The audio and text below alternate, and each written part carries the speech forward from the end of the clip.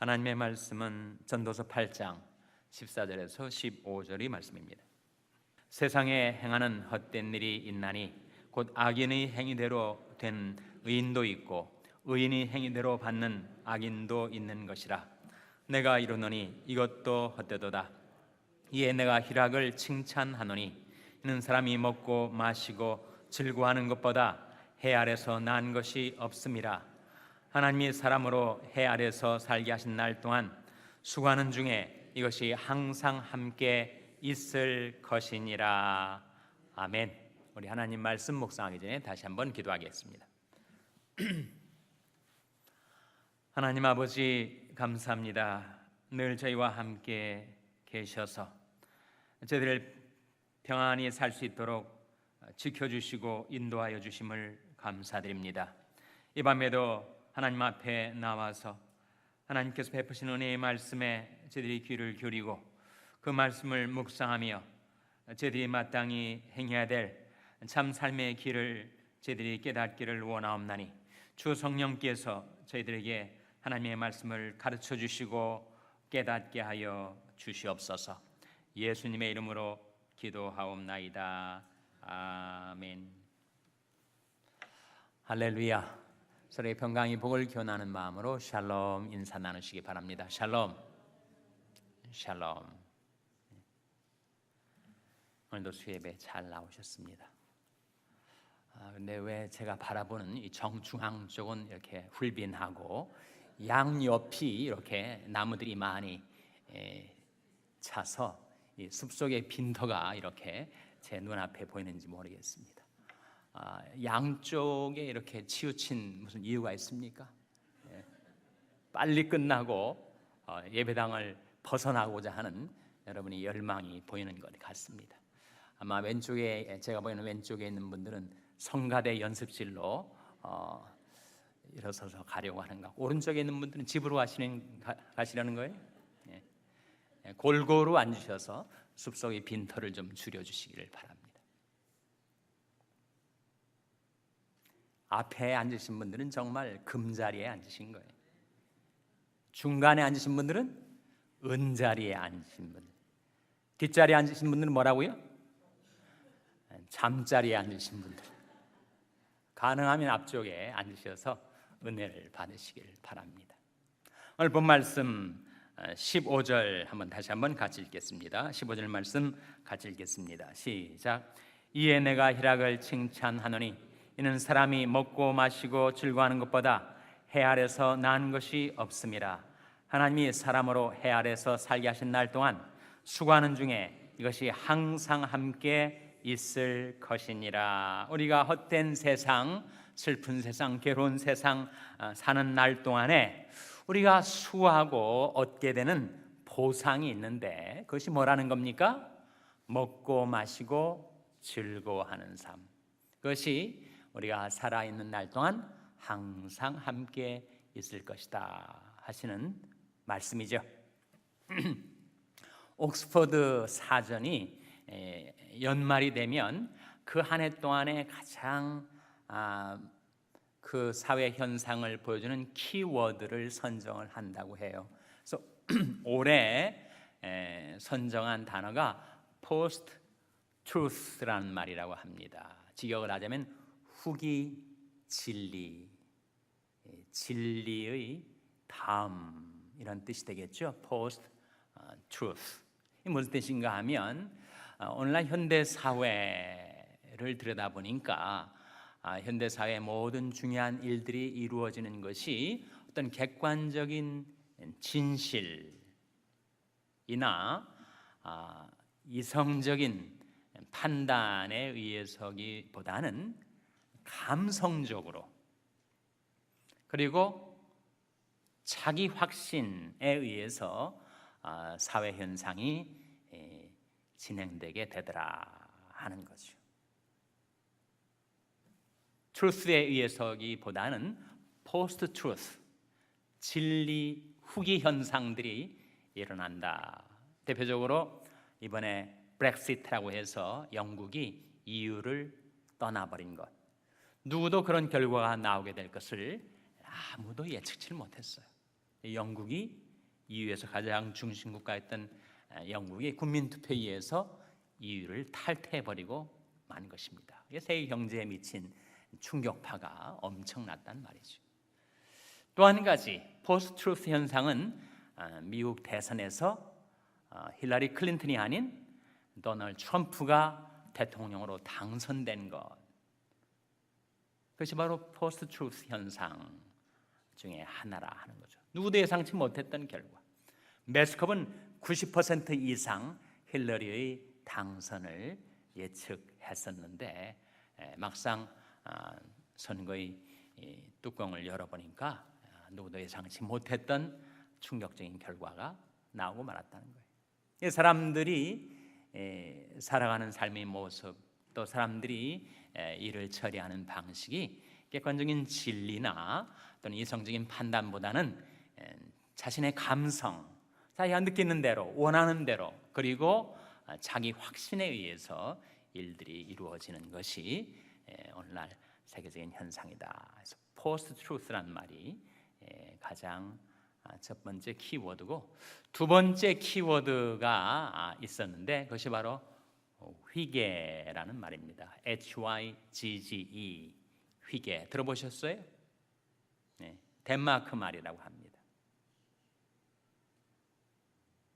회개란 말은 요즘은 워낙 미국이나 영국이나 한국에까지 회개란 말이 많이 사람들에게 알려지기 시작했는데, 행복보고서 2016이라는 콜롬비아대에서 나온 그 보고서에 따르면 세계 158개국의 행복 지수를 조사를 했대요. 그래서 1위가 어느 나라겠습니까? 저희 질문은 항상 문맥에 힌트가 다 들어있기 때문에 대답을 하실 수가 있어요. 158개국 중에서 세계 제1위의 행복 지수를 보이는 나라 어디겠어요? 덴마크죠. 힌트를 딱 잡고 들으시는 분들이 계시네요. 덴마크가 1위고 한국은 몇 위쯤 될 것 같습니까? 한국은? 한국은 49위예요? 한국은 58위라고 합니다. 한국은 정말 백성들이 행복하다고 느끼지 않는 나라에 속하고 있습니다. 이 회개가 뭐냐 하면 덴마크 사람들이 거창한 행복을 그들이 만끽하는 게 아니라는 거예요. 우리나라 정치인 중에 손학규라는 정치인이 저녁이 있는 삶을 자기 정치 프레이즈로 표방을 했는데, 저녁 시간에 가족들이 하루 일과를 마치고 오손도손 식탁에 모여 앉아서 지나온 하루의 생활을 서로 이야기하고 행복을, 조그마한 일상 속의 행복을 느끼는 그 삶이 너무 우리에게 필요하다. 저녁에 있는 삶, 아주 좋은 표 같습니다. 그런데 회개가 거기 비슷한 말이에요. 그러니까 덴마크 사람들이 행복을 느끼는 것은 거기가 추운 지방인데 집안에 촛불을 켜고, 밝은 화려한 조명이 아니라 촛불을 켜고 가족들이 담요에 함께 다리를 넣고, 그리고 그 편안함, 안락함, 소박한 행복을 느끼게 만드는 것이 회개다. 그러니까 우리 인간이 행복을 느끼기 위해서 엄청난 일들이 벌어져야 행복하는 것이 아니고, 일상 속에 소소한 그리고 소박한 편안함과 안락함과 행복감을 느끼는 것이 진정한 행복에 이르는 길이다. 영어 속담에 happiness consists in contentment라는 말이 있죠. 행복은 만족 속에 있다. 그러니까 우리가 매일매일 살아가는 일상 속에서 그런 안락감과 편안함과 그리고 만족감을 느낄 수 있게 해주는 것이 회개다. 오늘 본 말씀이 우리에게 일러주는 이 정말 헛되고 슬프고 괴로운 세상 속에 인간이 누릴 수 있는 행복, 그것은 자기가 수고하고 얻게 되는 보상인데, 그것은 바로 먹고 마시고 즐거워하는 것이다. 우리에게 생명이 있는 날 동안 우리에게 일용할 양식은 공급될 겁니다. 여러분이 아무리 먹는 것 때문에 걱정을 해도 공급이 될 거예요. 그런 말 있지 않습니까? Why worry when you can pray? 당신이 기도할 수 있는데 왜 걱정하시나요? 염려하시나요? 저희 아이들이 잘할 때 그 말을 교회 가서 딱 함께 듣잖아요. 아니, 기도할 수 있는데 왜 염려하니? Why worry when you can pray? 이 말을 애들이 뭘로 바꿨는지 아세요? Why worry when you can eat? 먹을 수 있는데 왜 걱정하시나요? 아주 탁월한 착상 아니겠습니까? 먹을 수 있는데 왜 염려하시나요? 정말 우리가 염려하는 것의 거의 90% 이상이 쓰잘데없는 염려라고 하지 않습니까? 우리가 생명이 있을 동안에 창조자 하나님께서 우리 육신에 필요한 양식을 공급해 주실 거예요. 어떻게 할 수 있는가? 성경에 보장이 있습니다. 두 말씀 찾아보겠는데, 먼저 시편 145편 15절 한번 보시기 바랍니다. 시편 145편 15절. 구약성경 907면입니다.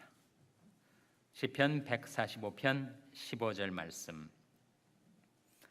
구약성경 907면 시편 145편 15절 말씀 같이 읽겠습니다. 시작. 중생의 눈이 주를 앙망하오니 주는 때를 따라 저에게 식물을 주시며. 아니, 중생이 불교 용어가 아닌가 이렇게 느끼실 분이 계실지 모르겠어요. 중생이란 말은 원래 모든 생명 있는 육체, 생명체를 가리키는 말입니다. 그러니까 중생의 눈이, 모든 생명 있는 존재들이 주를 앙망하오니 주는 때를 따라 저에게 무엇을 주신다고요? 식물을 주신다. 우리가 하나님을 앙망하며 살아갈 동안 우리에게는 양식이 공급될 것입니다. 또 한 구절은 시편 136편 25절 한번 보시기 바랍니다. 시편 136편 25절. 몇 페이지 앞으로 나오셔서 시편 136편 25절 같이 읽겠습니다. 시작. 모든 육체에게 식물을 주신 이에게 감사하라.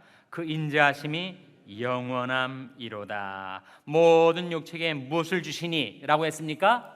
식물을 주신 이에게 감사하라. 모든 육체, 우리를 포함해서, 나를 포함해서 내가 육체의 생명을 가지고 사는 날 동안 하나님께서 우리에게 식물을 주실 것이다. 그것이 우리 하나님의 영원하신 인자하심에서 나오는 것이니 그 하나님께 감사하라 하는 이 말씀 속에서도 모든 육체에게 식물을 주신다. 그러니까 우리는 먹고 사는 것 때문에 근심하고 걱정을 하지만 사실은 불필요한 걱정이요 염려입니다. 그런데 그렇게 먹게 된 식물을 먹을 때 누구와 먹는가, 어떻게 먹는가, 그것이 인간의 행복을 좌우한다는 거예요. 그럼 여행하시는 분들은 아무리 크루즈를 타고 아무리 좋은 경치를 보고 다녀도 여행하는 동행들, 함께 여행하는 사람들이 누구냐에 따라서 그 여행의 만족도는 판이하게 다르지 않겠습니까? 여행뿐만이 아니죠. 우리가 음식을 먹을 때도 내가 누구와 함께 음식을 먹는가 하는 것에 따라서 우리 만족감은 전혀 다를 거예요. 함께 음식을 먹는 사람들뿐만 아니라 그 사람들과의 관계가 행복감을 좌우합니다. 제가 두 말씀을 찾아볼 텐데 그 두 말씀이 단순히 식사에 관한 말씀이 아니라는 사실을 여러분이 아실 거예요. 첫 번째는 잠언 15장 17절입니다. 잠언 15장 17절 말씀 찾아서 같이 읽겠습니다. 구약성경 926면 잠언 15장 17절 말씀 같이 읽겠습니다. 찾으셨습니까? 네. 잠언 15장 17절 말씀 구약성경 926면 잠언 15장 17절 말씀 같이 읽습니다. 시작. 여간 채소를 먹으며 서로 사랑하는 것이 살찐 소를 먹으며 서로 미워하는 것보다 나으니라. 여간이 무슨 말이에요? 예? 옛날에 썼었던 말인데 요즘은 잘 안 쓰는 단어일 것 같은데 여간은 보통이란 뜻입니다. 그러니까 보통 채소를 먹으며 그것이 무슨 산의 진미가 아닌 평범한 채소를 먹으며 서로 사랑하는 것이 살찐 소를 먹으며 서로 어떻게 하는 것보다 나으니라 라고 했습니까? 미워하는 것보다. 내 입으로 들어오는 식물은 정말 살찐 소, 극상품의 소고기를 먹고 있지만 가족들이 서로 미워한다면 거기에 행복이 있겠는가? 반면에 평범한 채소를 먹지만 서로 사랑하는 곳에 행복이 있지 않겠는가?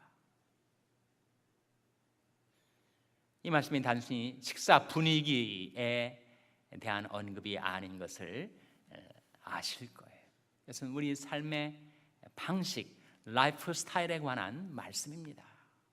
좀 더 많이 벌고 좀 더 많이 모으고 좀 더 많이 재산을 축적해서 내 처자식이 정말 살찐 소를 먹을 수 있도록 내가 악착같이 돈을 벌어야 되겠다.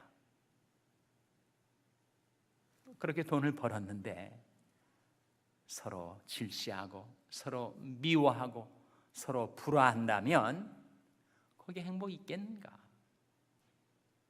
그렇게 돈을 많이 벌지는 않았어도 살찐 소를 사 먹지는 못해도 평범한 채소를 먹지만 서로 가족들이 사랑한다면 그 식사 자리에 진정한 행복이 깃들지 않겠는가?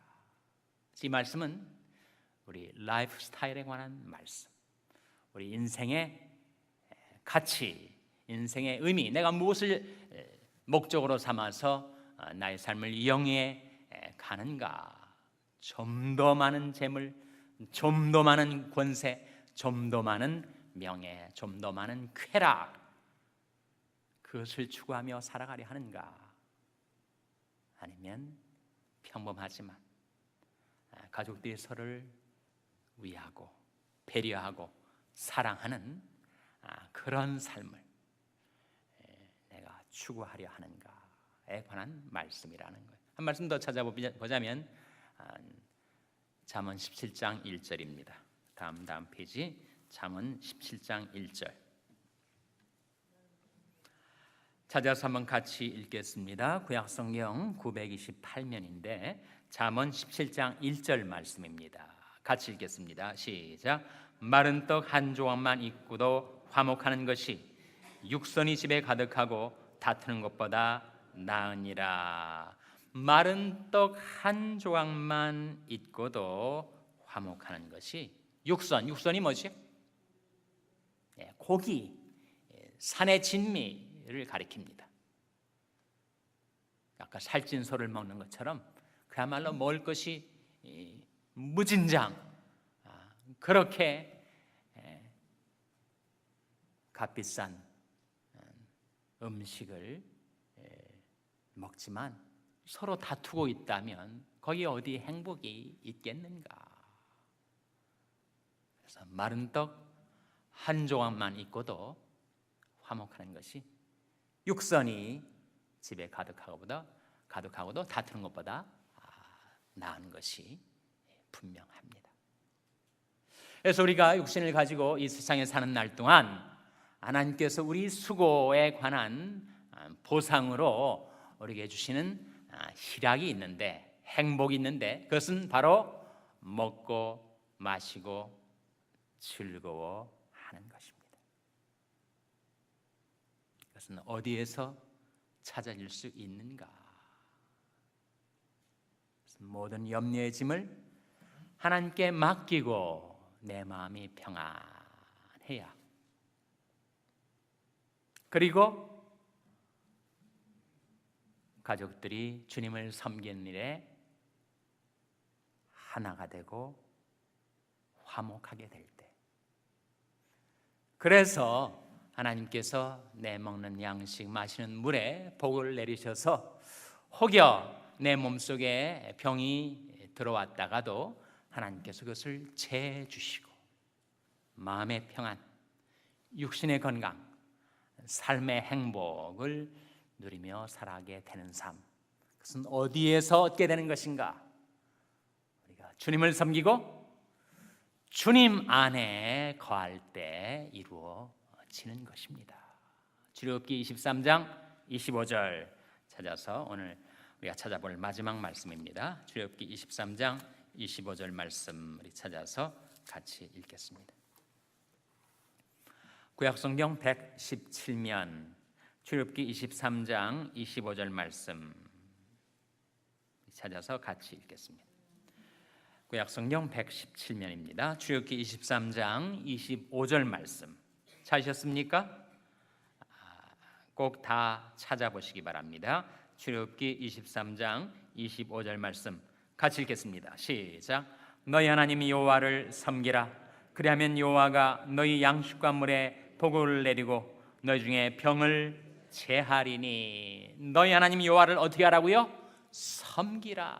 하나님을 섬겨서 늘 주님 안에 거하는 삶을 살아가는 것, 이것이 저녁에 있는 삶보다 덴마크니 회개보다도 더 진정한 행복에 이르는 길인데, 우리가 주님을 섬겨서 주님 안에 거하고 주님은 나와 함께 계셔서 주님이 주시는 진정한 평안, 만족, 희락, 기쁨을 누리며 사는 것이 인생의 진정한 행복이다. 그렇게 하나님을 섬기는 자에게 하나님께서 그 양식과 물에 뭘 내려주신다고요? 복을 내려주시고 내 육신이 또 내 정신이 병이 들었다 할지라도 그 병을 어떻게 준다고요? 제해 주신다. 너희 하나님 여호와를 섬기라. 그리하면 여호와가 너희 양식과 물에 복을 내리고 너희 중에 병을 제하리니 하신 이 약속의 말씀이 여러분의 삶 가운데 이루어지게 되시기를 주님의 이름으로 축원합니다. 기도하시겠습니다. 하나님 아버지, 슬프고 헛되고 괴로운 인생길에 저희들이 진정한 행복을 누리며 살 수 있는 길이 어디에 있는지를 말씀을 통하여 깨우쳐 주신 것 감사를 드립니다. 저희와 저희 가족이 오직 주님만을 섬겨서 늘 주님 안에 거하고 주님께서 저희와 함께 계심으로 저희들이 먹는 양식과 마시는 물에 하나님께서 복을 내려주시고 저희 중에 모든 병을 제하여 주심으로 마음의 평강과 육신의 건강과 삶의 행복을 누리며 살아갈 수 있도록 하나님 저희들과 저희들의 가정을 하나님께서 축복하여 주시옵소서. 이 모든 말씀 예수님의 이름으로 기도하옵나이다. 아멘.